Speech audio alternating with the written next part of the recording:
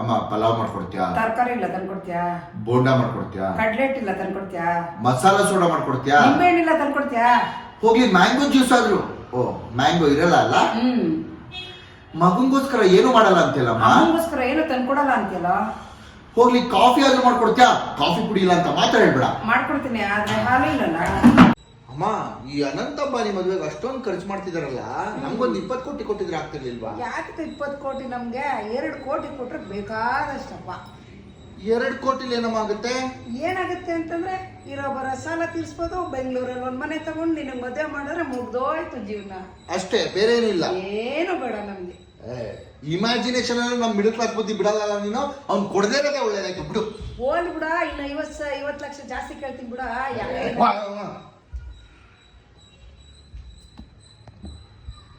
ನಿನ್ನ ಕಂಡ ಮೇಲೆ ಕಣ್ಣು ಕುರುಡುವಾಗಿ ಹೋದರು, ನಿನ್ನ ಕಣ್ಣ ಬೆಟ್ಟಲ್ಲಿಯೇ ನಡೆಯುವೆನೋ ಗೆಳತಿ ನಡೆಯುವೆನೋ, ನಿನ್ನ ಕಾಣದೇನೆ ನಾನು ಮಣ್ಣು ಸೇರಿ ಹೋದರು, ಮಣ್ಣ ಒಳಗು ನಿನ್ನ ನೆನಪಲ್ಲೇ ಉಳಿಯುವೆನೋ ಗೆಳತಿ ಉಳಿಯುವೆನೋ. ದೇವತೆ ನಿನ್ನ ನೋಡಲು ಪ್ರತಿ ಕ್ಷಣವೂ ಕಾಯುವೆನು, ಆ ಕ್ಷಣ ನೀ